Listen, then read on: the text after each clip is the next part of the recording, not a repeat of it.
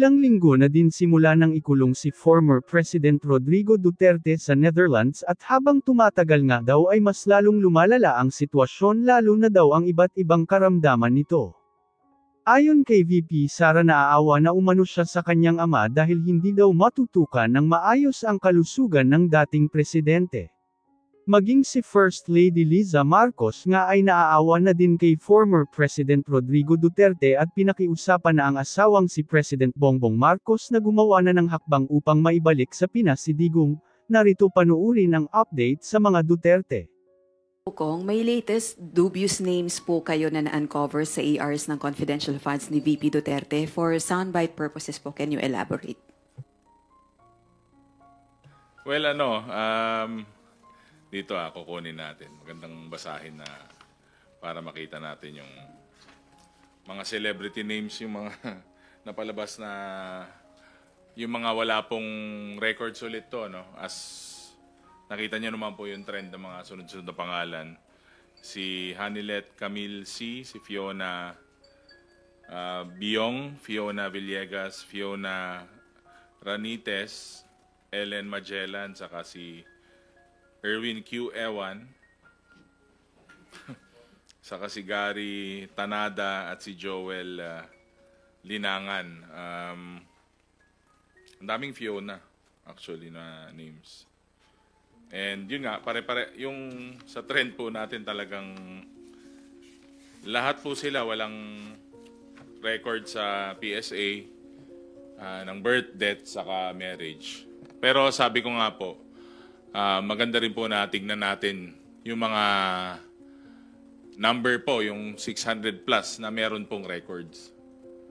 Kasi kailangan din po natin siguro na tignan kung nakatanggap nga po ba sila o meron silang mga nakuha na pondo. Para hindi lang yung mga walang pangalan. So, we will look into that as part po ng continuing po na trabaho natin dito sa House of Representatives. Yung 600 po na may records sa PSA, how do you plan to get their records?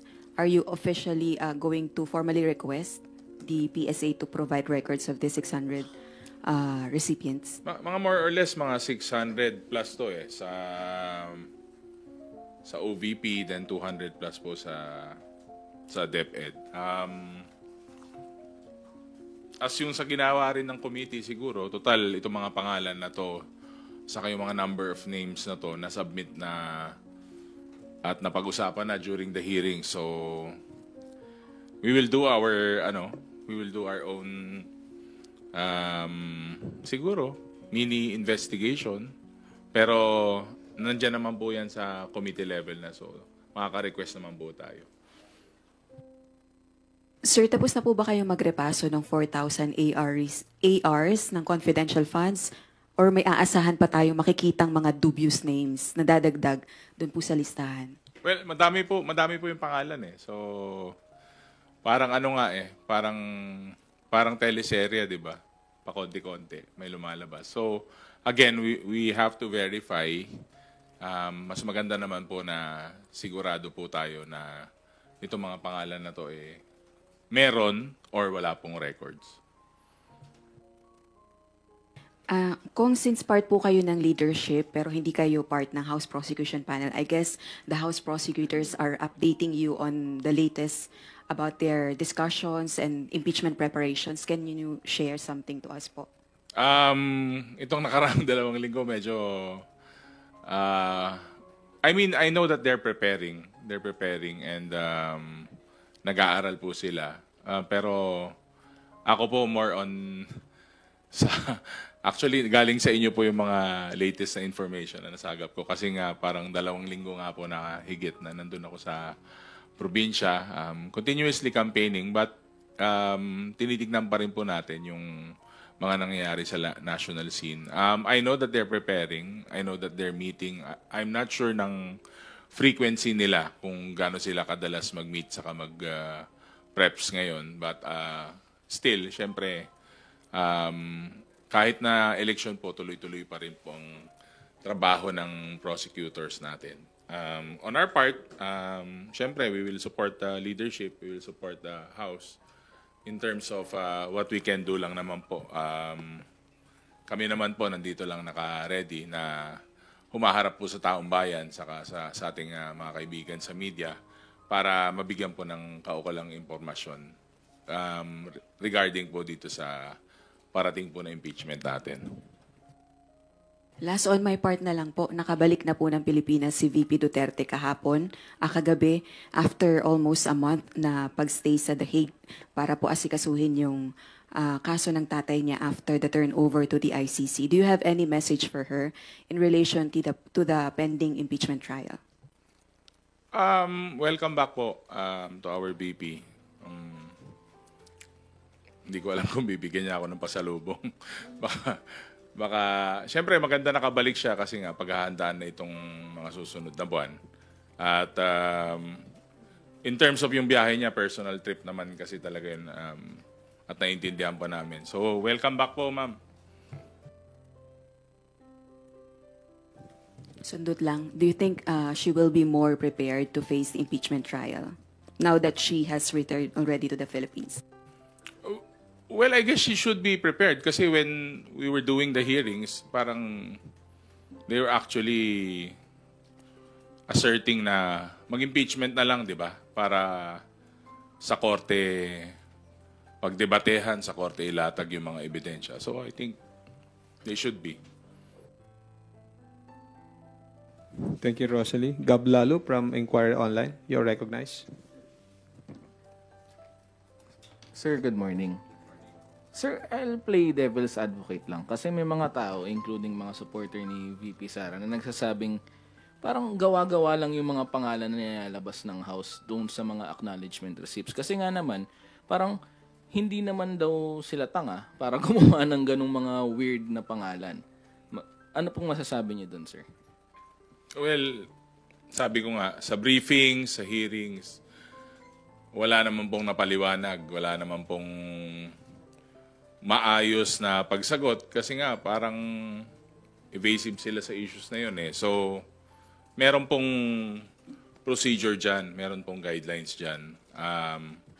At sabi ko nga, meron na pong impeachment at sabi ko nga, hindi pwedeng sagutin yung mga tanong na yan. Eh, ang point lang naman natin, pera ng taong bayan yan. So, pag nasa ground ka, talagang alam naman ng tao na pwedeng gumamit ng code names, ulterior na names, pero sabi ko, ang dali lang ipaliwanag yan eh. Pag napaka-simple naman po. Susundin lang yung guidelines. May paraan po dyan sa paggamit ng confidential funds. Meron po dapat sundin tungkol dyan. Eh, nung hearing pa lang dapat napaliwanag na nila yan. Kunyari, sir, nung hearing, nung kasagsagan ng good government hearings, nagsabi ang OVP na, confidential to, pwede ba naming i-reveal kung sino tong mga to through an executive session? Would the House have agreed with that? Actually, nasabi ko yan eh sa isang interview na kung humingi silang executive session pero they had all the time, they had all the chances, sabi nga nila. Pero wala eh, naging show yung nagkaroon ng puro drama. So, ang hirap po na tansyahin yung kada hearing nun kasi nga laging may pagdating diyan sa part na yan hindi na po klaro lahat, wala pong kasagutan. Hanggang ngayon wala pa pong sagot. Kaya nga sabi ko sa impeachment na rin siguro magkakaroon ng mas klaro na kasagutan tungkol dito. Pero right now, sabi ko, maganda rin po makita yung anggulo ng mga tao na mayroong pangalan at mayroon pong pagkatao at may requirements po from the PSA. At syempre, itong mga taon to, maganda rin po malaman kung nakatanggap nga po ba sila o hindi. Sir, last na lang on my end. I know you can't speak for OVP or for the Vice President, pero sa tingin niyo, sir, kasi kayo yung nagre-release na sa inyo nanggagaling yung mga review ng mga kakaibang pangalan eh. ano yung tingin yung nasa utak nila nung ginawa nila yung mga ganitong pangalan? Kung sakali nga na fictitious tong mga to. Parang kakaiba kasi eh. Parang nilaro eh. Oh. Well, tingin ko sanay na sila. Alam nila kung paano patakbuhin yung ganitong sistema. More specifically yung sa confidential funds. Sinadya man o hindi, alam nila yung gagawin nila. Yun lang ang aking opinion tungkol dito. May mastery na siguro.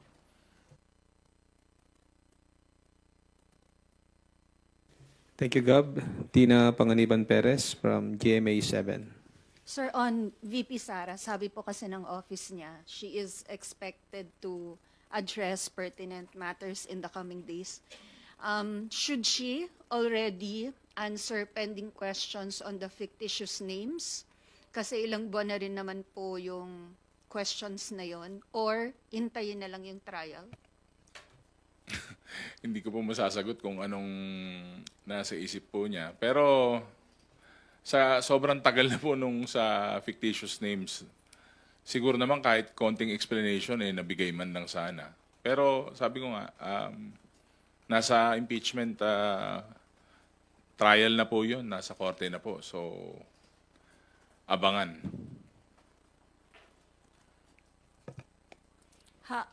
Sir, sinabi niyo kasi may procedure and guidelines. So, kapag nilabas nila sa trial, wala naman pong malalabag na confidential information doon?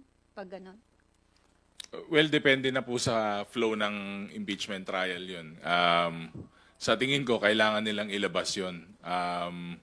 Kasi malaking question mark po ito eh. Actually, ito yung isa sa pinakamalaking question mark out of all the articles para sa akin. Kasi napakalaki po nung amount. May tama pong proseso dyan at kaya po nilang proteksyonan itong mga taong to. Kung totoo man silang tao o hindi, at totoong confidential in nature po yung operation na nangyari. And I guess, kayang-kaya naman po nilang i-provide yung tamang security po dun sa mga taong yan. Pero yun nga,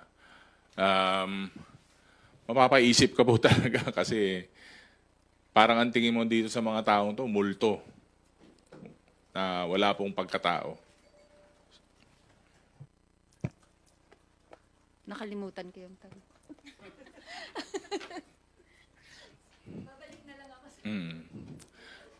Okay, Tina. Kat Forbes from Radyo Pilipinas.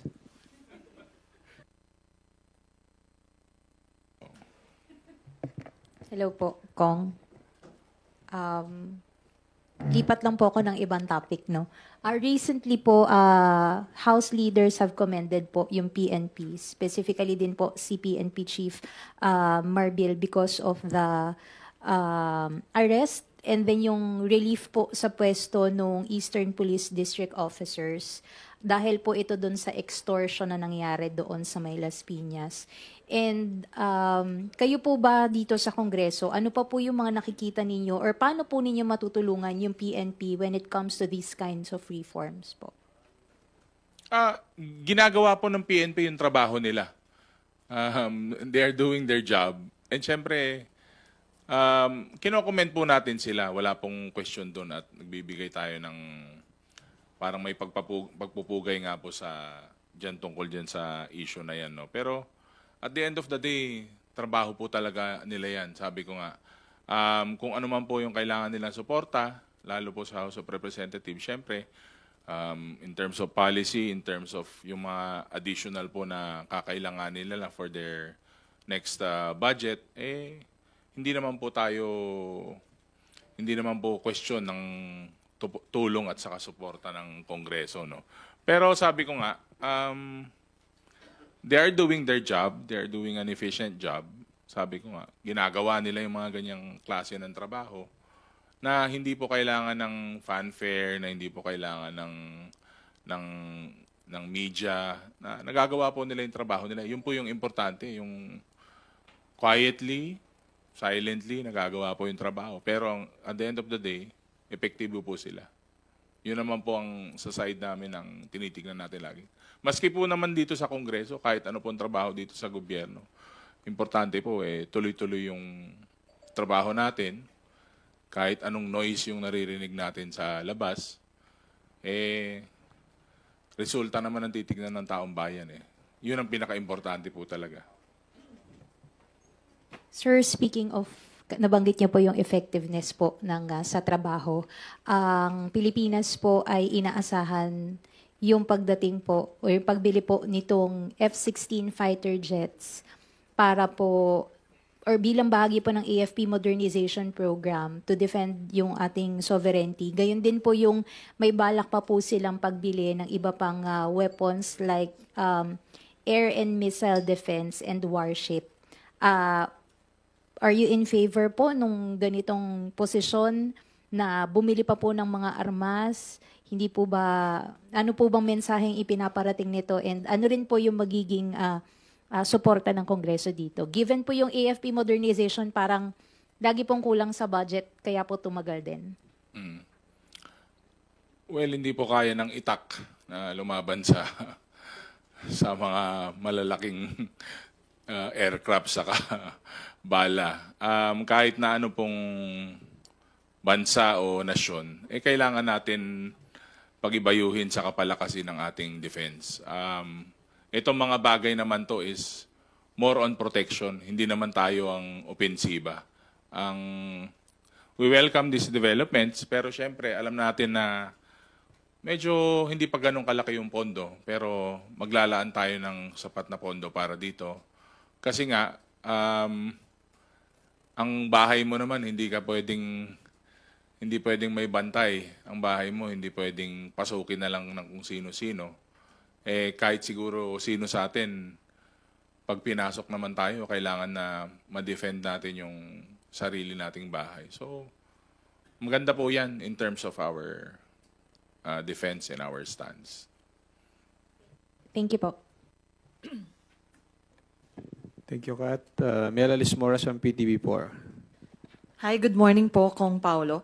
Kong Pao, follow-up lang po dun sa tanong kanina about kay VP Sara na nakabalik na siya sa Pilipinas.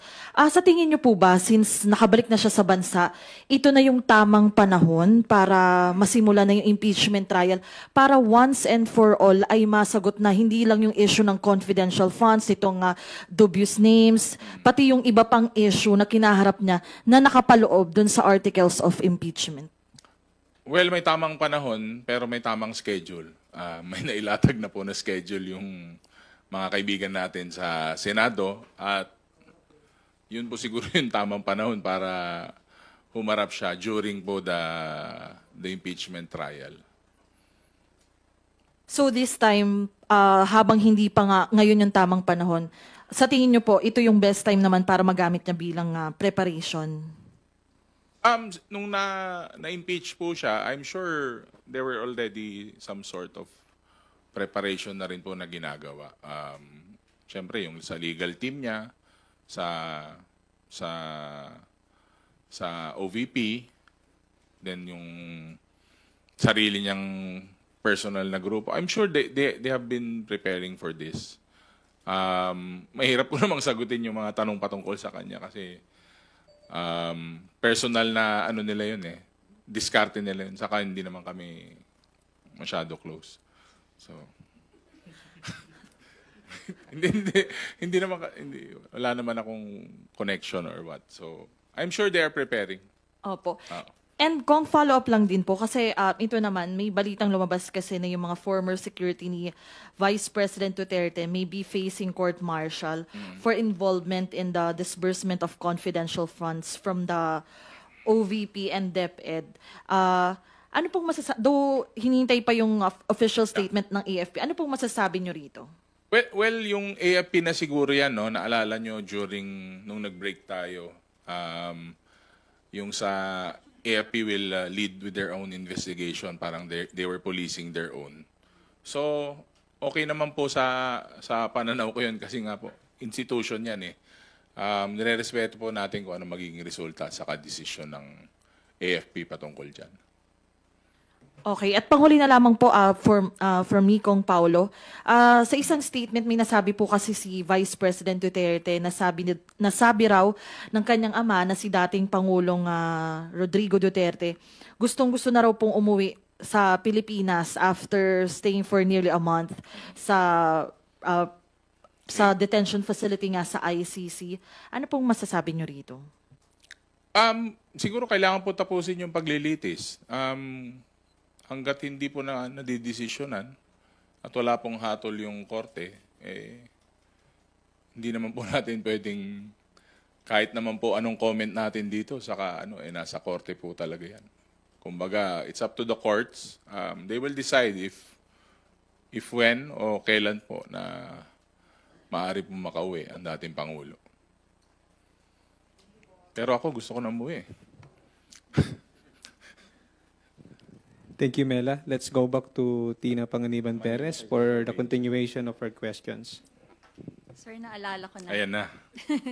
Sir, yung 600 plus na may record sa PSA, sabi niyo po kasi kailangan ding masilip kung nakatanggap talaga sila ng confi funds. Posible po bang hindi sila nakatanggap? And if so, ang ibig sabihin po ba noon may possible criminal charges after the trial? And sino-sino po yung pwedeng makasuhan? Well, lalabas po sa trial natin yan. Pero yung tanong mo, ma'am, dun sa posible or imposible, pwedeng pareha yung sagot nun. Either nakatanggap nga sila or hindi. Ang sure lang po natin, yung mga fictitious names, malamang baka hindi na po nakatanggap yung mga yon. Baka pampadagdag na lang po sa listahan at yung mga may records nga po. Baka hindi nga imposible pero baka posibleng doon napunta yung bulk po ng mga questionable na pera na hindi pa rin may paliwanag ngayon. But again, meron po tayong impeachment. So sobrang baka 90% ang mga tanong nyo tungkol sa confidential funds, doon po talaga masasagot at doon po ma-reveal. Pero sir, yung criminal charges kasi hiwalay siya sa trial. So, sino-sino yung posibleng makasuhan kung totoo mang may mga na-magic na pondo? Well, that's the best place na ma-reveal po yung mga pangalan na yon. So, syempre, yung mga nagpalabas po ng pera or unless na direct command responsibility po yan, doon na po yung mga pwedeng kasuhan talaga. Thank you po, sir. Thank you. Thank you. From Billionaire TV, Sandro Ochoa. Sir, balikan ko lang yung question ni Ate Tina. So, is it also a possibility na tumugma lang, by chance tumugma lang dun sa PSA records yung mga pangalan, pero hindi rin sila nakatanggap? Sa pag medyo pag medyo kailangan mo ilagay yung sarili mo sa sitwasyon na hindi ka nais-nais. Kung didiskarte sila ng gano'n, baka kalahati, walang pangalan, ang mga nakatanggap lang, yung mga legit na may records. Pero again nga, sabi ko nga, mas marami tayong masasagot na tanong pag na buksan na tong article na to. At this point, tinitignan na lang natin, sinusuri natin yung mga 1,000 plus na names, mga from the OVP, 1,000, yung 700 plus names from the DepEd. Tinitignan na lang po natin kasi nga, yun na lang pong isang way na para mabawasan. Minsan, mahirap na matulog sa gabi kasi pag pinipikit ko yung mata ko, nananaginip ako kung totoo bang tao itong mga to. Minsan gabi-gabi mo na naiisip eh.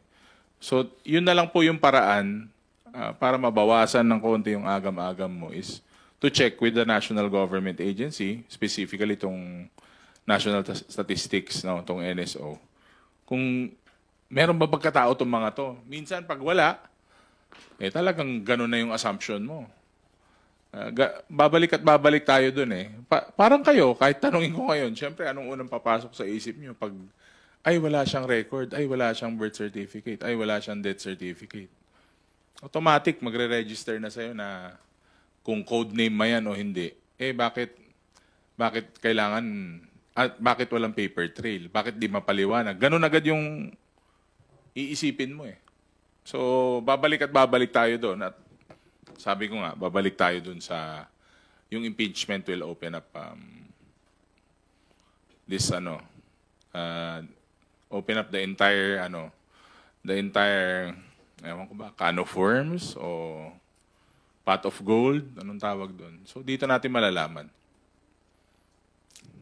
Sir, sabi niyo rin, nakakainis na kasi paulit-ulit. Paki-expand nga yan, sir. Hindi, medyo natatawa na nga ako ngayon. Hindi na ako naiinis eh. Kasi parang, pati taong bayan, pag umuwi ako, pag may nakakausap akong tao, bakit ganon, bakit ganyan, sabi na. So, most of the people don't like the way that it was handled. Nakaka-frustrate actually. Pero ang silver lining na lang natin is may impeachment. So, that's the proper forum, that's the proper place. At doon na natin makikita kung ano na nangyari sa mga pondo na to na galing po sa pondo ng taong bayan. Sir, pag nakakausap niyo yung tao, ano yung initial reaction nila? Matawa. Bakit daw, sir? Wala. Minsan, pag nasa, siyempre, probinsya ka, sabi mo, apay kasjay, sasabihin nila. Apay kasjay, bakit ganun? Nyamatan, bakit ganun? Bakit?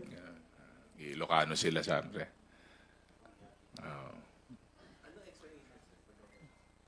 Sabi ko, ganyan din yung tanong ko. Tapos, ang susunod na reaction ng tao, wala na yan, baka tinago na, baka nabangko na, o baka nabulsa na. Ganun usually yung reaction. Paulit-ulit lang. Parang yung mga tanong din tungkol dyan, paulit-ulit din. Habang walang sagot, habang hindi nasasagot, sabi ko nga, ganun din po, paulit-ulit din po yung mga tanong natin tungkol dito. At paulit-ulit din yung sagot. Sir, other topics. Over the weekend, maraming mga misogynistic remarks from yung kandidato from Pasig and si Governor Unabia. Ano tingin niyo doon, sir? Do we need to, do we really need to, paano ba? May bagong batas or how do we go about that? Well, ako as a candidate, parang iba na po ang mundo na ginagalawan natin ngayon. We are virtually and physically connected to the world. Kailangan po siguro mas sensitive tayo, mas maingat po tayo. Sabi ko nga, very 80s. Very 80s po yung dating ng mga ganun na joke kasi syempre yung mga ibang politiko dati parang sometimes they use that to get a reaction. Makakuha na reaction sa crowd. Pero sabi ko nga, nag-iiba po mas open po ang mind ng mga tao ngayon. Mas sensitive sila sa mga nangyayari. So, on our part, sa inyo sa media, sa amin sa mga public servants, sa atin po na mas may boses, saka may platform, saka mas pinapakinggan ng tao. Dapat po, kaysa po na we go down that path at ganun po yung mga gamitin natin sa mga speeches, mas maganda po yung nagbibigay tayo ng positive na mensahe, nagbibigay tayo ng, sabi nga nila, dapat di tayo nauubusan ng messages of hope para sa taong bayan. Kasi minsan, baka yung taong sobrang hirap na ng pinagdadaanan, kahit na isang salita lang na magbibigay sa kanya ng boost, saka magbibigay sa kanya ng konting saya, natulungan mo yung tao na yun dahil lang sa isang salita na binitawan mo. So, siguro kailangan mas aware tayo, saka sensitive tayo. So, totoo ba na mahirap pag ganun sa kampanya? Mahirap kunin yung attention ng crowd? Depende sa politiko yan. Ako, okay naman. Depende po sa lugar, depende sa tao. Pero I've seen a lot of great talkers, I've seen a lot of great politicians na minsan kahit ngumiti lang sila, tatahimik na yung buong crowd ewan ko, hindi ma-explain ng theory or political science yung ganyan. Sabi nga nila, parang minsan pag hindi naaral kasi yung charisma saka yung dating sa tao. So, to add to your question, to your point, depende po talaga sa tao. Parang walang explanation tungkol doon. Although, sa tanong mong yun, medyo umikli na po yata yung attention span ng listeners saka tao as compared to the previous years. Kasi nga po, meron po tayong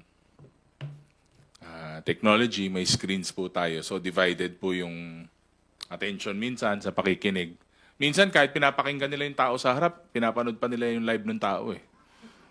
Hindi, totoo yun. Nangyayari talaga yun. So, siguro part ng changing world yan. Pero naniniwala ako na pag yung tao may plataforma, may pinaglalaban, saka meron yung it factor na sinasabi nila. Totoo yun. Kala ko rin nung una parang sinasabi-sabi lang. Pero iba rin yung may dating po yung nagsasalita. Thank you, Kong. Thank you po. Thank you, Sandro. Billy Vegas from Abante Politico. Kung magandang umaga po. Kung hihingi lang ako ng insight, baka alam niyo yung tatahakin ng investigation bukas ng TRICOM. Well, ganun pa rin po yun. Tuloy-tuloy pa rin po tayo. Hindi po ako eksaktong sure kung sino yung mga darating na personalities. Kasi nung last week po, napag-usapan na may mga celebrities na iimbitahin. Yung mga may experience po saka na biktima po ng fake news. Pero I'm not sure kung ilan po yung nag-confirm. But again, yung maganda po yung yung topics, yung mga na-open up po nung huling hearing natin. Nakita po natin kung gaano ka destructive saka ka-powerful yung social media, no? Saka yung paglaganap din po ng fake news. Actually, sa provincial level po, ngayong eleksyon, grabe. Grabe po ang fake news. What we're expecting na mas marami po tayong makuha na insights from our resource persons, no? Kasi gusto po natin, kung meron man tayong gagawin na batas, medyo sensitive po doon sa part ng ng freedom of speech. At sisiguraduhin po natin na hindi po maapektuhan yun. Pero sisiguraduhin po natin na hindi maging parang fifth sense na po ang fake news. Kuya Billy. Habol ko na lang po. Meron pong dalawang kinasuhan sa Cebu. Yung sinulog, yung picture and video ng sinulog, ginamit daw nila, pinalabas nila na prayer rally po para kay dating Pangulong Duterte. Hingi rin po ng reaction.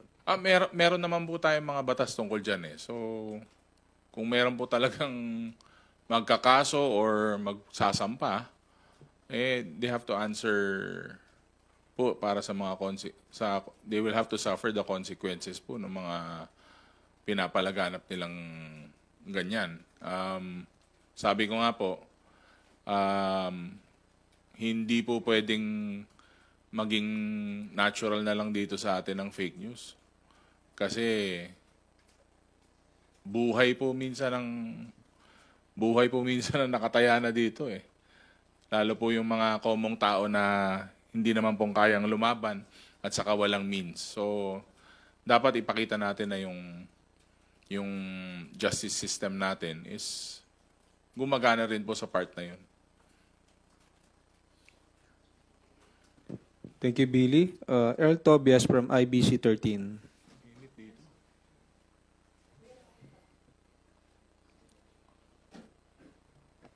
Kong Pao, good morning po. Morning. Sir, Harry Roque topic lang. Kasi the BP herself already came back to the Philippines and then mismong yung head ng legal defense team ni former President Duterte said hindi part si Roque ng legal team doon sa The Hague, Netherlands, pero hindi pa rin po umuwi si attorney na pinaghahanap pa rin po ng mga otoridad. Reaction lang po ko. Hindi pa uwi siguro yun. Baka hindi na umuwi yun nitong mga susunod na taon. Ewan ko. Hindi ko alam kung paano siya nag-iikot eh. Palagay ko hindi pa babalik yun. Hindi ko masagot. May mga sarili siyang rason. Siguro meron siya mga kailangan balikan dito. Sabi ko nga, may mga kaso siya. Saka meron po yung inaantay na patawag sa kanya sa Kongreso. Alam naman po natin lahat yun. Pero sa palagay ko, hindi pa po siya uwi. Personal ko lang yun, opinion. Pero sir, how does it look like? Kasi dati naman ding part ng congressional body si Attorney Harry Roque, pero yung contempt order na alam niya rin naman kung paano nagpo-proseso o paano tumatakbo, ay tinatanggihan niya rin po ngayong sitwasyon. Well, tinatakbuhan nila yung proseso, tinatakbuhan nila yung Kongreso, tinatakbuhan nila yung mga dapat nilang harapin. Ganun lang naman po kasimple yun. They are running away and traveling to different places. So, baka nag-enjoy siya dun sa Netherlands. Na-enjoy niya yung biyahe niya. Ewan ko kung nandun pa rin siya. Kasi balita ko, maganda daw ang klima dun. Kung follow-up na lang. Kasi in connection with that din, habang hindi siya nagpapakita sa mga otoridad natin, vlog po siya ng vlog. I suppose right naman niya yun sa kanyang official Facebook page. Pero meron siyang bagong vlog lang ngayong April 7 kung sabi niya, style daw na bulok ng Administrasyong Marcos Jr. yung ginagamit daw sa paglilihis sa China pag-aresto, kaya FPRRD reaction lang po. Kong. Hindi, magaling sila sa ganun eh. Yun talaga yung style nila na mas bulok. So, sa tingin ko talaga, forte nila, lalo siya. Medyo magaling sila sa ganong pamamaraan. Pero sabi ko nga, nakikita naman ng tao araw-araw kung ano nangyayari sa news natin. At matagal na po yung issue na yan tungkol dyan sa China aggression. Never naman po sila nagsasalita. Magko-comment lang sila in defense of the aggressive tactics of China. Pero pagdating po sa sarili natin bansa, sa West Philippine Sea, hindi naman po sila nagsasalita. Kasi nga, hindi sila pabor sa pinaglalaban ng mga Pilipino. Thank you, Earl. Marian Enriquez from TV5. Morning, sir. Sir, just want to clarify lang po further details po dun sa bagong dubious names na inilabas po natin na may mga, mala celebrity, kumbaga. Meron po ba tayong detalye na pwede niyo pong i-divulge sa amin kung paano po ba ginamit yung pondo nitong mga to, and even yung mga nakaraan? Was it for payment po ng rewards to informers, rental of, safe houses? Kaya nga po, tinitingnan natin, Marian, yung angle nung mga nakatanggap naman, yung mga may records. Dahil baka dun sa part na yon, may makausap tayo, may maimbitan tayong mga tao na pwede magpaliwanag kung nakatanggap nga ba sila at paano ginamit yung mga pondo na yun. Sir, base rin po kasi doon sa guidelines nga po ng Joint Circular 2015-01, itinitalya rin po doon yung mga bawal paggamitan po ng confidential funds. Base rin po ba doon sa pag-isa-isa natin nitong mga ARs, meron po ba tayo nakita na mga ganun namang detalye? Kumbaga, salaries, mga incentives, meron ba tayong ganun? Well, sabi ko nga, yung part na yon mas madidiscuss po doon sa Article 2 ng impeachment. On my part, ang parang checking ko na lang, fact-checking ko, at sa mga kasama nating tumutulong, is yung sa records nila. Pero maganda kasi yung tanong mo dahil tingin ko it will form part of the sa prosecutors para yun po ang gamitin nila. At syempre, maganda nga po na makita natin kung paano nila i-defend yun sa impeachment. Thank you, sir. Sir, you also mentioned po kanina na noon, pag nasa ground kayo, tinatanong kayo ng mga tao, madali lang naman ipaliwanag kung gumamit nga ng code names, no? Napakasimple, susundin lang yung guidelines. Also po, it was stated po doon sa Joint Circular nga 2015-01 kung paano raw po pwedeng strengthen yung accountability. Lahat ng agencies po na nag-disburse ng CONFI or Intel funds ay kailangan mag-submit quarterly po ng accomplishment report sa well, specifically din yung details and documentary evidence, isasubmit po sa Office of the President, Senate President, and the Speaker of the House. So, tayo po ba, may kopya na po tayo rin ng mga to, kung sinasabing man na merong totoong mga pangalan sa likod ng mga to, kung yun man yung argument ng mga code names na to, sealed man nito, parte po ito ng mga sinusumite sa quarterly po. Meron na po ba tayong kopya nito from the, or nakapag-request na po ba sa Office of the Speaker? Personally, ako wala akong copy. Pero sabi ko nga, ito yung hindi nila maipaliwanag eh. COA nga po ay, nasabi po ng COA na wala rin po sila. May list of names sila, pero yung pertinent na mga attachments sa mga kailangan po na kasama nung mga pangalan na to, eh, hanggang ngayon po, wala pa naman po. Siguro kaya hindi nila masagot, pero ako kasi minsan, parang may point na ng frustration, kaya inaasa po natin na talagang doon na po sa impeachment to lahat, yung bulto na to. Pero sabi ko nga, yung agam-agam ng tao, yung question ng mga tao, eh, hindi naman po tumitigil kasi nga, wala pong paliwanag, wala pong sagot.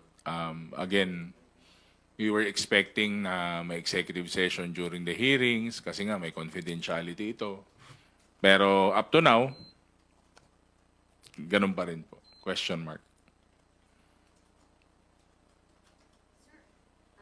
Thank you. Also, clarify ko lang po, you mentioned kanina na sinadyaman o hindi, may mastery na siguro doon sa paggawa po ng mga ARs. Are we saying na this has been the practice maybe ever since their, how they spend their confidential funds pa po? Davao LGU. You would assume na ganun kasi nga po, mula pa sa LGU level hanggang dito sa national level is may certain form of mastery. Eh, ang problema lang doon, wala po nag-question. Eh, ngayon, meron po legislative inquiry patungkol dito. Eh, kung may mastery ka na nga, actually, dapat mas madali mo na napaliwanag sana. Pero, baka kailangan pa nila mag-doctorate kung kulang yung masters nila. Kasi nga, big question mark po. Not only in the hearings, but during the briefings pa. So,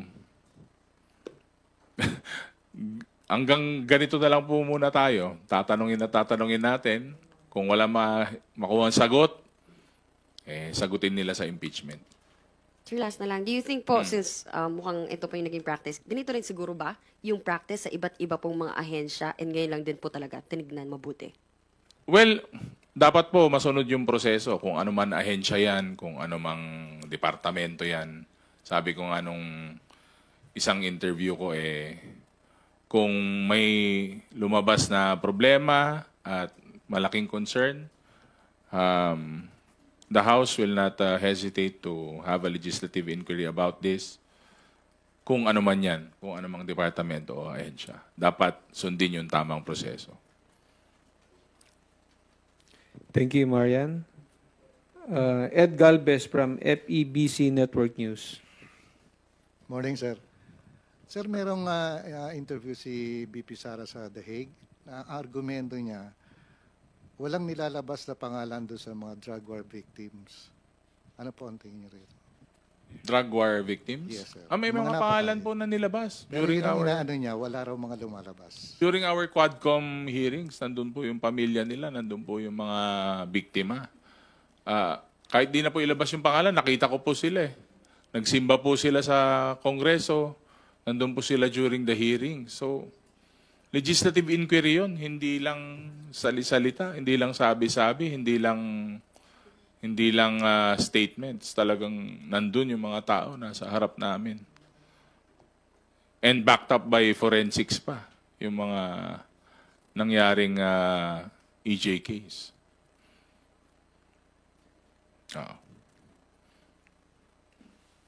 Thank you, Ed. Wala nang physical question siguro. Ito, may isang phone-in question lang from Dominic Flores of Philstar.com. Kong would like to ask if the Confi Fund acknowledgement receipts will also be presented during the impeachment trial to show the public na may ganun nga pong mga pangalan na lumabas sa dokumento or possible pong hindi po ito ipakita. Sabi ko nga, we'll leave it to the prosecutors. But kung ako yung nandun sa lugar nila, that will form a big part of the sa Article 2, sa mga ebidensya po doon. Kasama po lahat yan, I'm sure, pero ayoko naman pangunahan yung ating mga prosecutor. Hindi po ako prosecutor. Marami po kasi nagsasabi na akala nila prosecutor ako. Hindi po. Mukha lang. Joke. Thank you, sir. Marami talaga nag-aakalang prosecutor ako. Hindi pa, sa ngayon. Meron lang pong pahabol, si Haji Camino from Brigada News. Haji? Kong Pao, morning. Ay, morning. Habol lang isa. Sabi kasi ni Attorney Harry Roque, yung Pilipinas na lang daw po ang bangag na bangag sa ICC. Kasi meron na daw po mga nagwi-withdraw isa-isa, yung Hungary nabanggit po niya. Ano pong comment niyo doon, bangag na daw po. Yung Pilipinas na lang daw po ang parang nag-aano sa ICC. Bahala na siya kung anong gusto niya i-comment kasi pag hindi naaayon sa gusto niya pag hindi naaayon sa gusto niya, hindi maganda. So, yun ang mahirap pag nagre-release tayo ng mga careless na statements. At hindi siya po pwedeng magsalita para sa ibang bansa. Umuwi na lang siya dito para makapagsalita siya para sa Pilipinas. Kasi sabi ko nga po, iba't iba po ang estilo at iba't iba po ang karakter ng mga iba't ibang bansa. Hindi po pare-pareha yan. Kung magbibigay siya ng mga ganyang statements, mas maganda gawin niya na lang po dito sa Pilipinas para maipaglaban niya yung mga pinaglalaban niya.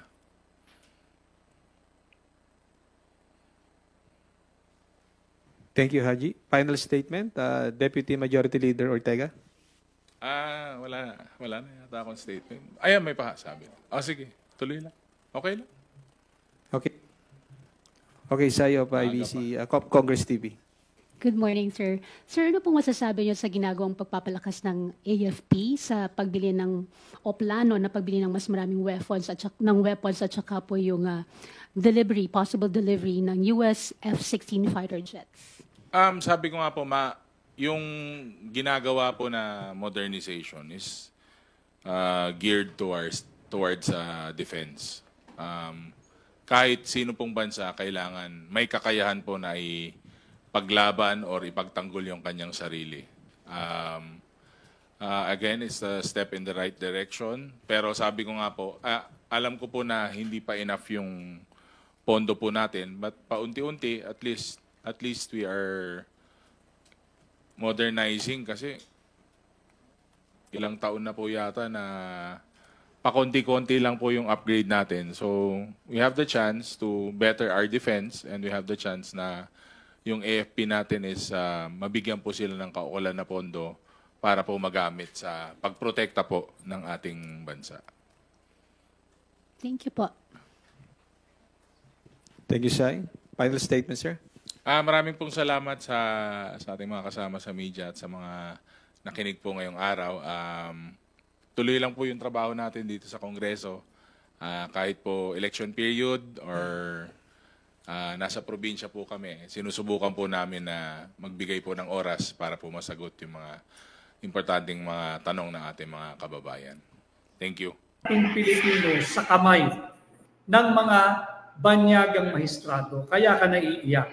At mas marami ang katulad mo kesa doon sa mga Pilipinong tumatalikod sa kapwa nila Pilipino at ginagawang mistulang handog o alay ang kanilang kababayan tulad ng ginawa nilang pagtalikod kay Pangulong Rodrigo Roa Duterte. Maraming salamat sa iyo.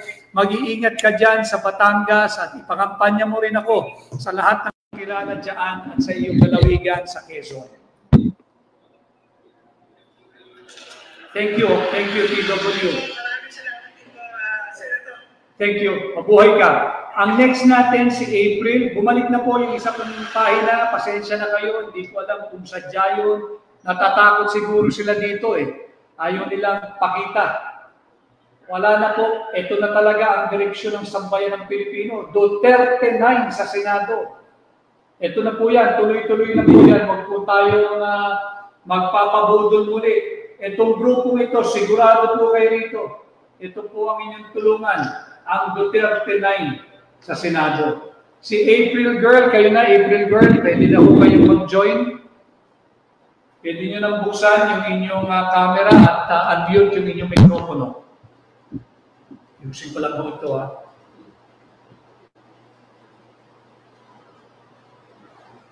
Kay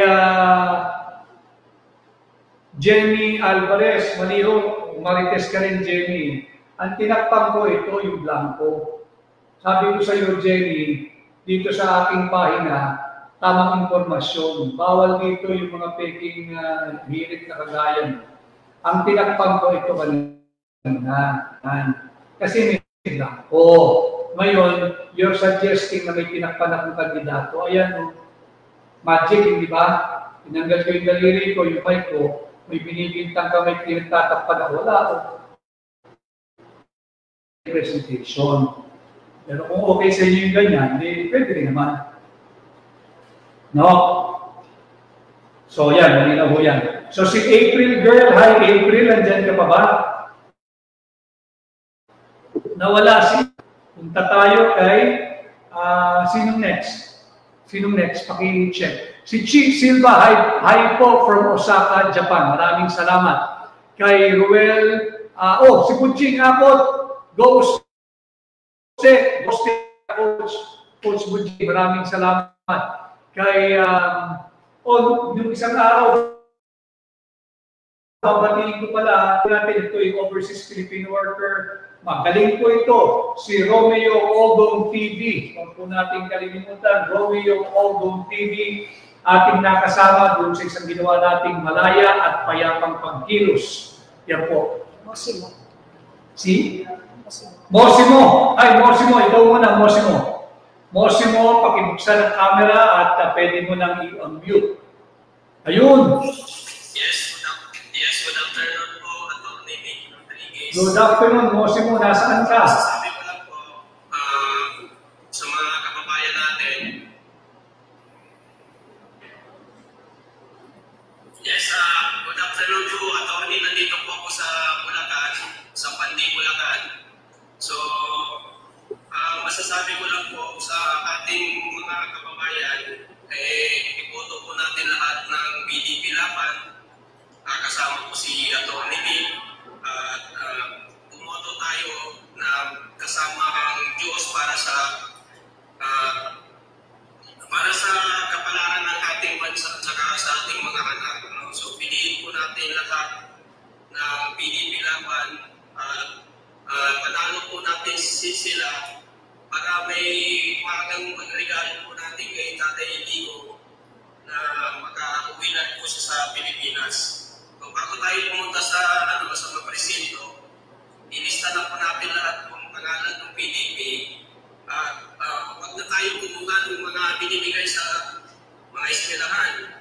Dapat meron na tayong big na papel, nakasulat na sa papel. Para nang sa gano'n, pagdating mo doon sa eskwelahan, dire-diretso na tayo sa presinto nating puputukan. So yun lang po. Mabuhay po lahat ng PDP, mabuhay po si Atty. Nick, at sana manalo po lahat ng ating kandidato. Yun lang po, Atty. Maraming salamat sa iyo, Mosimo, mula sa Pandi, Bulacan. Maraming salamat, Mosimo. Ating kababayan dyan naman sa lalawigan ng Bulacan. At ginakamusta ko rin ang mga taga-bayan ng Santa Maria, Bulacan. Mabuhay po kayo at patuloy po ninyong tulungan ang inyong lingkod number 56 sa Balota 56, Atty. Vic Rodriguez, Senador po ninyo. Salamat at kamusta lahat ng taga-Pandi, Bulacan. Next natin, thank you. Next natin ay si Banateros La Army. Hi, Banateros La Army.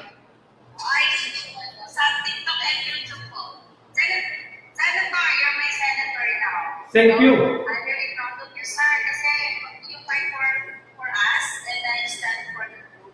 And making sure, sir, support you in all my family and also the PDP. I was there in the proclamation ng sa Pinyos, nagkita, sir, mga tayo. So, I'm one of the dagger, but I'm OFW for 15 years.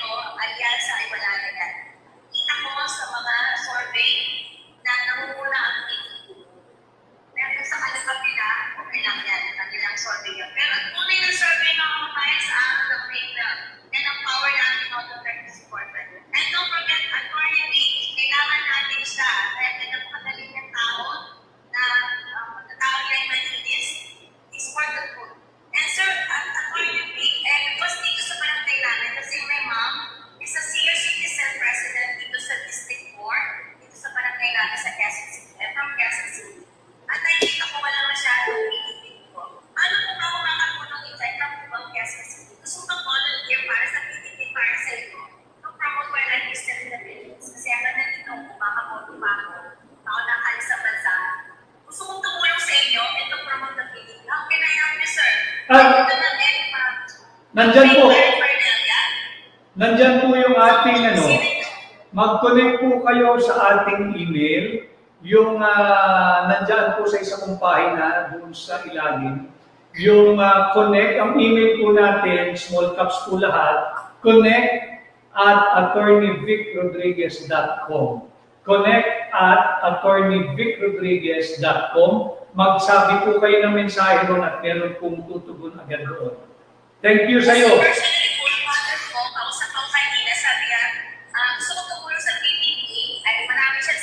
Senior member, sabi ko rin na tayo sa PDP na magpapapunay straight lang tayo sa focus na tayo sa senators. Kaya kailangan namin na masabi na share lang nila sa mga senior citizens at sa barangay. Personally, I would promote for voluntarily with you and the other 59 senators. Kasi wala talaga sa lugar natin sa District 4, barangay sa Martin de Porres, Quezon City.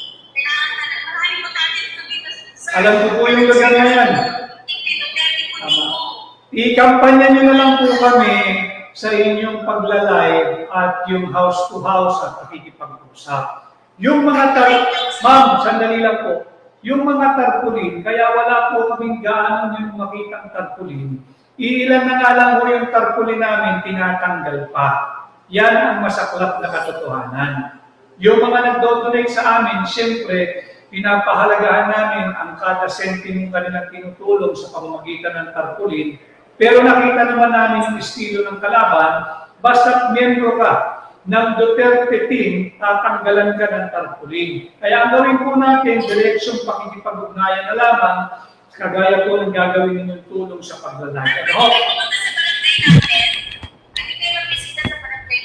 Tingnan po natin, ay isasangguni po natin sa naggagawa ng mga schedule. Thank you, ma'am. Marami pong salamat. Mag-email po kayo doon sa... Marami pong salamat. Mabuhay po kayo. Thank you, thank you. Salamat po. Salamat po. Thank you, thank you. Thank you, thank you. Yun po yung isang paliwanag kung bakit wala gaanong makita yung ating mga kababayan, ating tarpaulin. Bukod po sa ilang piraso lang yung ating tarpaulin, marami pong tumutulong at nagpapa-imprenta sila na. At kaya lang pagdating po talaga tinatanggal, lalo na yung aking mga tarpaulin, mukhang meron talagang operation. Pero ang gawin po natin, kung may nais po magsabit, sabit na po natin diretsyo sa bahay ng mga nais bumoto sa akin at tumutulong sa akin. Maraming salamat sa iyo, Banatero. Sini last natin habang may oras pa. Ma'am, pagbigyan daan po natin yung iba. Meron pa pong nakapila. Thank you, ma'am. Thank you. Ma'am, meron pa pong nakapila. May nakapila pa pong iba. Pagbigyan daan po natin.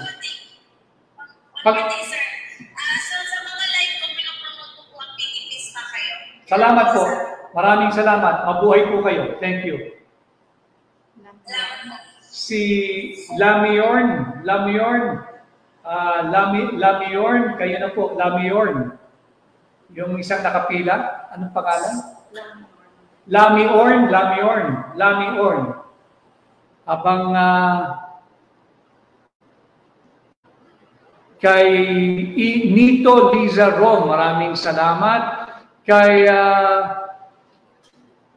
Doña Rita, no worries, nagpagawa kami dito ng tarpaulin para sa inyong lahat, yung Duterte 9. Salamat po, salamat.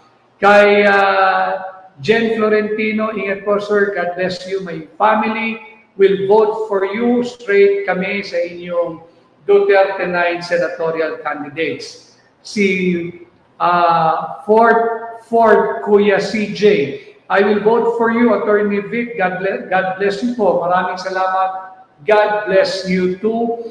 Kay Victoria Dael, PDP straight po tayo. Kay RA React, hi, hello.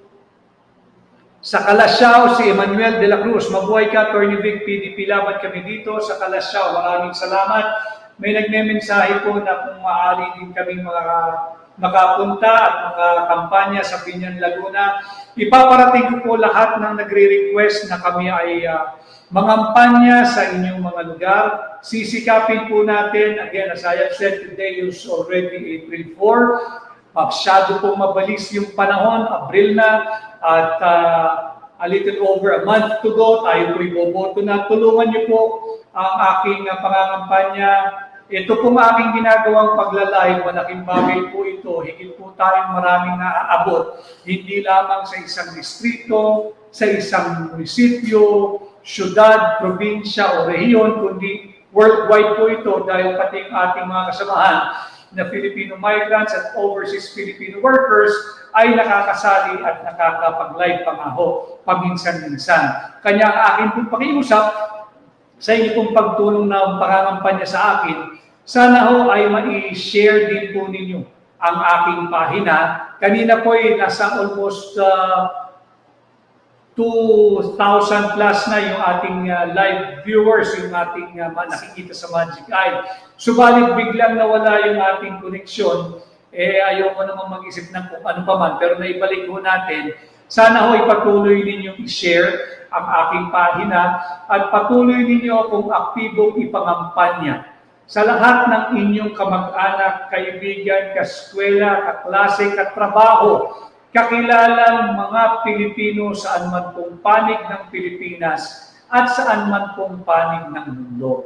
Ulitin ko, kinakailangan po natin ng numero, sapat na numero sa Senado. Tulungan po ninyo yung Duterte 9 candidates at dalhin po ninyo sa Senado at ngayong 2025 pag tayo po'y nagkaisa at ilagay ang mga tamang tao lalo na sa Senado, posible po ang pagbabago.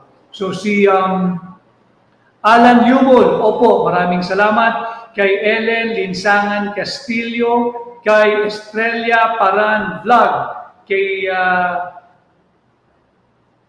Lilet Carbonilla, hindi ka pa nag-file, attorney, binoboto na kita. Naku, salamat Lilet, pero lalo na ngayon na tayo nakapag-file na. Kay Mary Charles M. Picarso, number 56, 56, paulit-ulit ko kung sasabihin sa inyo ang ating numero, napakadaling tandaan, 56, 56, hindi po siya pabigat, hindi siya utang.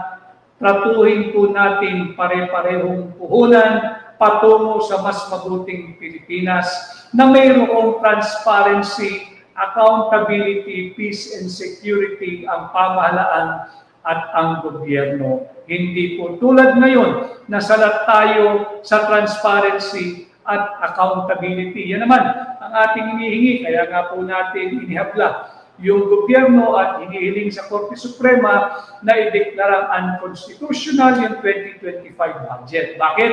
Hinadyak po kasi ng vice camp yung NEP, yung panukalang budget ng gobyerno. Ang problema, alam naman ng administrasyon ni Bongbong Marcos na hinadyak yung kanyang NEP, pinirmahan pa rin at naging batas nga, naging isang ganap na batas itong 2025 national budget na ating ngayon kini-question sa Korte Suprema. Base nga po kasi yung kanilang pinasang budget sa mga napakaraming patlang, napakaraming blanco sa Vice Camp report na ratified, approved, signed, and filed. Mantakin ninyo 3.326 trillion pesos na budget. Ang 6.326 trillion pesos na budget. Pinasa base sa Blancong Bicameral Conference Committee report. Nasaan yung transparency? Nasaan yung accountability? Ang inilalaglag yung mga empleyado ng miyembro daw ng Technical Working Group ng Senado at ng mababang kapulungan. Kawawa naman itong mga matitino at matatapad nating empleyado ng gobyerno dyan sa mababang kapulungan at sa Senado. Kayo na nga yung nilalaglag ngayon dahil sa kasakiman ng mga tiwaling mangbabatas diyan sa Kongreso. So may pagkakataon po tayo na ipalabas at ipadama ang puot at hagupit ng mamamayang Pilipino. Gamitin po natin ang kapangyarihan ng balota ngayong May 12, 2025. Vote straight Duterte 9 sa Senado at ating labanan ang pagtatangkang nakawin, pati ang posisyon ng pangalawang Pangulo gamit ang huwad na impeachment complaint na isinampa laban kay Vice President Inday Sara Duterte. Labanan natin itong mga elitistang politiko, labanan natin. Huwag nating isuko ang sagradong mandato ng huwag po natin isuko yan. Kay Wowie Rigor, Attorney Vic, suporta po kami sa inyo. Maraming salamat. Joanna Stephen, Attorney Vic, ang dapat sa Senado, straight PDP. Marami pong salamat. Naguluhan, si John Rago, naguluhan kami, sabi, bakit siyam na lang?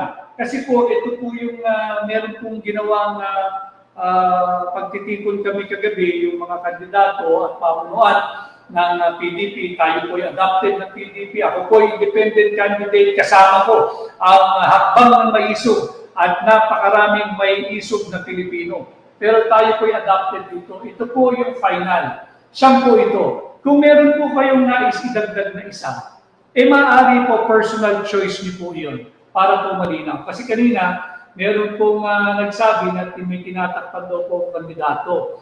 Kaya ko lang po ginanyan para naman maganda yung presentation. Pero para hindi tayo pinagbibintangan, yan po yan. Ito po, no? Linaw-linaw dito, this space is intended for local candidates. Dugtong nyo na lang po kung sino yung inyong kandidatong lokal. Pero siyempre, dapat yung sumusuporta, nagmamahal at nagtatanggol kay Pangulong Duterte at kay Vice President Inday Sara Duterte. Huwag na po ninyong pabalikin sa pwesto lahat ng kongresistang pumirma sa impeachment complaint laban kay Vice President Inday Sara Duterte. Hindi man po kayo minunsulta, basta na lang sila pumirma. Napakahalagang dokumento po yung kanilang pinirmahan. Hindi po basta-basta, hindi ordinaryo. Hindi po kayo pinunsulta. Kaya nga sila ay representative. Kinatawan lang natin sila sa Kongreso. Hindi sila ang ating amo. Sila ay ating trabahante. Sila ay ating empleyado. Sila ay sumasahod galing sa buwis nating mga Pilipino. Kung hindi kayo kinonsulta ng ating mga representante, sisantihin nyo na po silang lahat ngayong darating na May 12, 2025. Huwag po kayong magpapadala sa akap, sa ahik, sa ayuda, sa suhol. Kunin po ninyo pag sila'y nag-alok at namigay ng pera. Kunin ninyo. Pera nyo po iyan. Pero hindi po kapalit niyan ang inyong dangal, ang inyong dignidad, ang inyong pagkatao, ang inyong boto, at ang inyong pagiging Pilipino, 10 ng inyong pamilya. Iboto po ninyo ang Duterte 9 sa Senado. Ako po'y number 56, 56. Number 56, Attorney Vic Rodriguez sa Senado. Kay Davy and Donay's vlog. Yun po, nasagot ko po yung inyong tanong. Nasa inyo po yun kung meron kayong nais idagdag. Basta ang aming pong panawagan, yung kolektibong panawagan, nung siyam nakasama ko sa PDP, yung Pilipinas Duterte pa rin, tulungan po ninyo kaming lahat. Dalhin po ninyo kami sa Senado, kailangan natin mabago ang maling direksyon ng ating bansa. Kinakailangan po natin yan sa Senado nang sa ganun. Maituwid natin yung maling direksyon ng ating bansa. At sa mga darating na araw, pag-uusapan din po natin yan. Mainit din tinatalakay yung maling prioridad na wala kang mapakaing murang bigas. Sa iyong mga mamamayan, meron kang planong bumili ng F-16 fighter jets, 20. Para saan mo gagawin yung 20 yan? Saan mo gagamitin? Akala lang ninyong marami yung 20. Pag tayo'y sumuong sa isang armadong digmaan, in just a matter of minutes, minutes, swerte na kung tumagal ang 1 oras, ubus po yung 20 yan. Ubus po yan, konti po yan. Pero sa isang bansa na kagaya natin hindi naman mayaman, napakalaking pera po, nung $5.58 billion, igamitin na lang natin yung pampakain sa nagugutom na mga Pilipino. Pakainin natin ng murang bigas, murang manok, murang baboy, murang isda, murang gulay. Hindi naman nangangata, hindi nangunguya, at hindi nalulunok ang bala at mga gamit pandigma. Hindi po yan ang kinakailangan ng mga Pilipino. Ang issue po pa rin ngayon ay ang laganap na kahirapan, laganap na kagutuman, ang pagkalat ng droga at pagtaas ng kriminalidad, ang inflation at higit sa lahat ay ang korupsyon. Yan po ang usapin, yan po ang tunay na dapat nating harapin at maglunsad tayo ng gera. Gera laban sa kahirapan, gera laban sa kagutuman, gera laban sa korupsyon, gera laban sa inflation. Yung gera po na magbibigay ng buhay. Yung gera po na magdudugtong at nakakabuhay. Hindi yung gerang gamit ang mga armas at mga military weapon, wala pong panalo dyan. Hindi po yan ang kailangan ng Pilipino, ang kailangan ng ordinaryong mamamayan, yung pagkain at makakain. Yan po yung gerang hinaharap ng bawat Pilipino na makapag-uwi ng pagkain kanilang iuuwi sa kanilang pamilya at pagsasaluhan sa hapagkainan ng pamilyang Pilipino. Yan po ang mga dapat nating gamiting batayan sa pagpili ng ating mga leaders ngayong May 12, 2025 election. Tulungan niyo po ang Duterte 9 candidates, dalhin po natin sa Senado. Ako po ay si Attorney Vic Rodriguez. Number 56 sa balota, 56. 56, madaling tandaan, number 56. Puhunan po patungo sa isang gobyernong may transparency, accountability, peace, and security. Pakitulungan po ninyo ako mangampanya sa inyong mga pamilya, kamag-anak, kaibigan, kaklase, kaskwela, kapitbahay, at kung sino-sino pang Pilipinong inyong makakapag-ugnayan saan man pong panig ng Pilipinas at saan man panig ng mundo. Ako po muli, Attorney Vic Rodriguez, Senador ninyo, Pilipino, abogado, maisog. Maraming salamat sa inyong pong pagpapahintulot na magkasama-sama tayo ngayong araw na ito, April 4, at sana yung mga pauwi na mag-iingat po kayo sa biyahe, yung mga patungo pa lang sa trabaho, saan man pong panig ng mundo na ating mga kapwa Pilipino, mag-iingat po kayo. At patuloy po ninyong isama sa panalangin, unang-una ang kaligtasan, kalusugan ni Pangulong Duterte at ang hiling sa dakilang lumikha na sana ay makauwi na sa lalong madaling panahon si Tatay Digong. Let's bring home Tatay Digong. Sana ho'y magtulong-tulong tayo sa panalangin na ito. At siyempre, ipanalangin po natin ang ating bansa. Ipanalangin po natin ang bawat Pilipino, ang bawat pamilyang Pilipino. Ipanalangin po natin ang kapayapaan. Hindi po natin kinakailangan ng digmaan. Wala po tayong kapanapanalo. Ulitin ko, ang kailangan natin mga Pilipino ay isang digmaan o gera laban sa kahirapan, laban sa kagutuman, laban sa kriminalidad, laban sa illegal na droga, laban sa inflation, laban sa korupsyon. Humingi tayo ng transparency and accountability. Kinakailangan natin itaguyod, galangin, respetuhin ang ating saligang batas. Huwag natin kalilimutan yung mga magbabatas na bumoto para sa impeachment complaint laban kay Vice President Inday Sara Duterte. Huwag na po natin silang pabalikin sa pwesto, sisantihin nyo na po mamamayang Pilipino. Huwag po natin kalimutan kung paano linipastanan ang ating sariling batas at ang karapatan ng kapwa nating Pilipino na ang pangalan ay Rodrigo nung siya ay ginawang handog sa naglalaway na kamay ng mga banyaga diyan sa ICC. At huwag po nating kalilimutan kung paano sinalaula ang ating saligang batas at ang pera nating mga Pilipino sa maling pamamaraan ng pagpasa ng 2025 national budget. Hanapin natin at protektahan ang pera ng mamamayang Pilipino na nagmumula sa buwis na ating binabayad. Nasaan ang pera ng PhilHealth? Bakit zero budget ang binigay sa PhilHealth? So yan po yung ating talakayan ngayon, Duterte 9 sa Senado.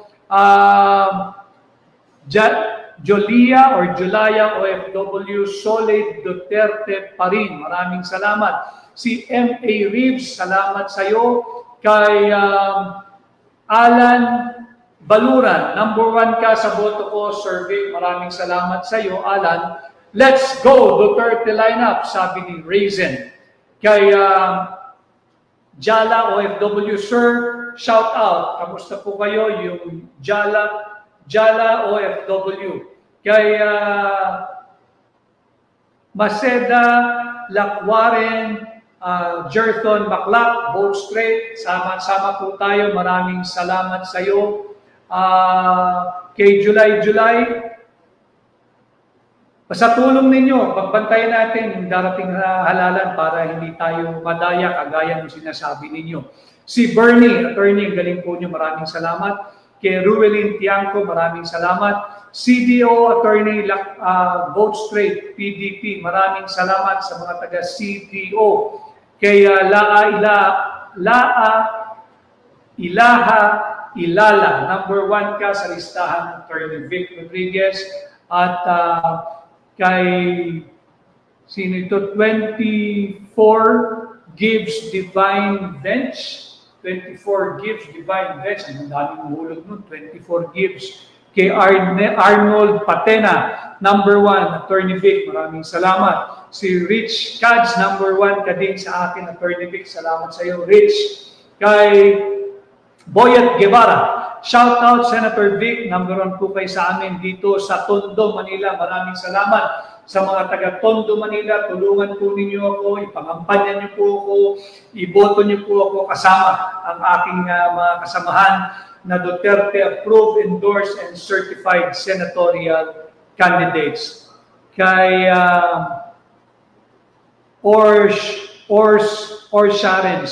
Sharens Sangalang, kay Joey Jimenez, solid Duterte po sa Zamboanga City. Ano ibig sabihin niya? Na-take down ang page ni Joey. Meron pong information na yung page ko, yung Joie de Vive ni Joey Cruz ay na-take down. So makikita natin dito, patuloy yung suppression na nagaganap at bawal na magpahayag ng honest dissent laban sa mga maling polisiya o pagmamalabis ng gobyerno o ng mga taong gobyerno. Kaya maging vigilant po tayo, maging bahagi po kayo patuloy ng mga ganitong uri ng talakayan na kung saan ay tamang impormasyon lamang ang ating pinag-uusapan. At yung mga nagpapalaganap naman po ng ganitong uri ng suppression, tinitake down yung mga page ng mga kritiko. Pilipino po yan eh.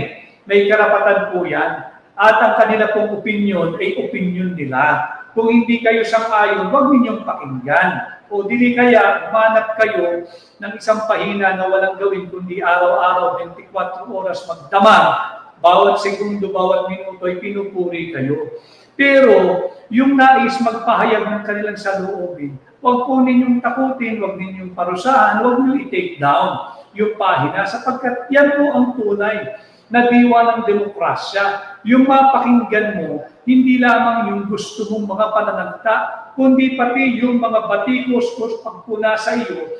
And you just have to take it all in positively para higit pang mabuti at bumuti ang inyong pagsisilbi sa mamamayang Pilipino. At the end of the day, kayo po'y trabahante ng mamamayang Pilipino. Ang sahod po ninyo ay nagmumula sa buwis na binabayad ng mga Pilipino. Kanya dapat kayo makinig at hayaan ninyong magpahayag at magkaroon ng kalayaan ang bawat Pilipino, bawat grupo, bawat partido ng isang payapa at malayang pagtitipon kung saan malaya din silang magpahayag ng kanilang saloobin, paborman ito o pagbatikos sa mga nasa pamahalaan. Julio, maraming salamat.